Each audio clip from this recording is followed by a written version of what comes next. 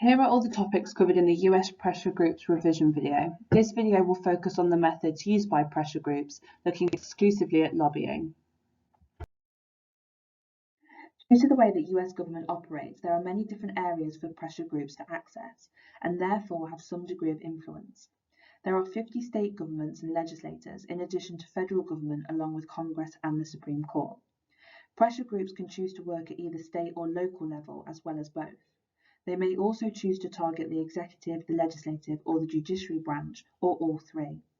In order to do this, pressure groups wield a wide range of different methods to try and influence decision making. Lobbying is the process by which pressure groups try to influence members of the executive or legislative by meeting with them. Pressure groups share detailed, up-to-date knowledge of their policy area, and therefore are a useful source of information for politicians. They try to convince the executive and legislators to adopt positions that favour them. The right to lobby is protected by the Constitution. The First Amendment guarantees the right of the people to petition the government for a redress of grievances. A grievance is a complaint in which the case of lobbying means an area of government that the pressure group or corporation hopes to change. Insider contacts are an area of lobbying.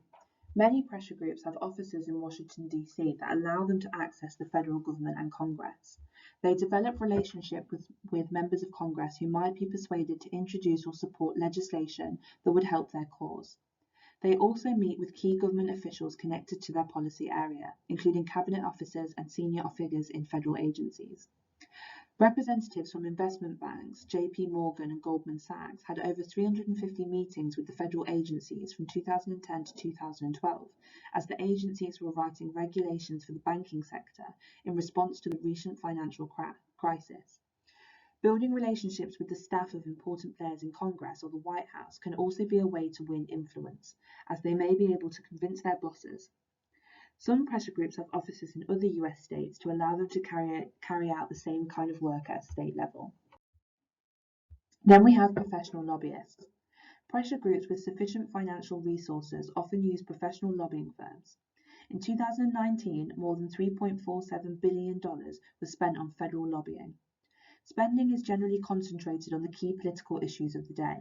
For example, in 2019, companies and business pressure groups lobbied the government regarding Trump's new trade deal with Mexico and Canada, and pharmaceutical companies opposed price controls on medical drugs.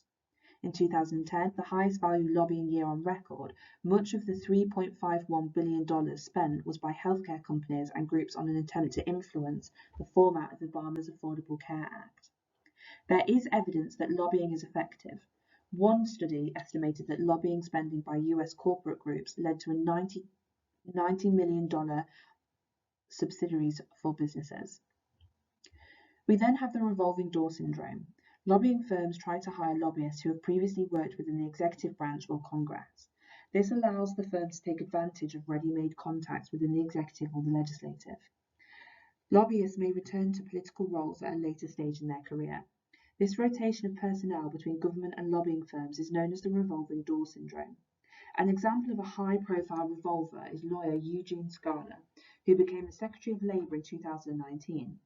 Scala first worked for George W. Bush administration before lobbying on the behalf of US Chamber of Commerce and represented companies such as Chevron, Facebook, and Goldman Sachs. There is an argument that is professional lobbying elitist. Congress has tried to regulate lobbying through legislation such as the Lobbying Disclosure Act of 1995 and the Honest Leadership and Open Government Act of 2007. Lobbying must be disclosed, and there are tight restrictions on gifts from lobbying to members of Congress. Despite this, the lobbying industry is much criticised by progressives for being elitist and anti-democratic. It is argued that pressure groups with deep pockets are able to buy influence. For example, the US Chamber of Commerce generally spends more on lobbying than any other organisation, $77 million in 2019. One of its aims was to convince Congress to pass the United States-Mexico-Canada Agreement, which it achieved after meeting 36 members of Congress. However, high spending does not automatically guarantee results. The Chamber could not convince Trump's administration to reverse tariffs on goods from China and the EU and steel and aluminium imports, despite the negative impact of tariffs on US businesses.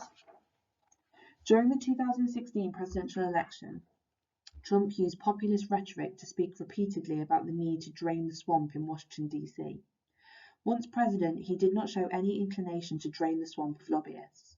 On the contrary, just after 2 years in office, Trump had hired 281 lobbyists to work in his government, one former lobbyist for every 14 political appointments. This was 4 times more lobbyists than Obama appointed in 6 years.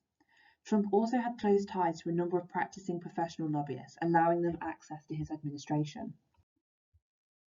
We now must look at the methods used by US pressure groups, including lobbying, and look at a case study. This particular case study is going to be the Ballard Partners. Brian Ballard, the founder of the Ballard Partners lobbying firm, was named by Politico magazine as the most powerful lobbyist in Trump's Washington. Ballard spent years lobbying the Florida state government on behalf of the Trump Organization, a group of around 500 business entities of which Trump is the owner, and raised millions of dollars for Trump's presidential campaigns. Once Trump became president, Ballard Partners gained 100 clients in less than 2 years, earning more than $28 million. Top US companies Amazon, American Airlines, and General Motors have all used the firm. Ballard Partners is a good example of the revolving door syndrome, as many of its lobbyists have worked for previous government administrations or within Congress itself.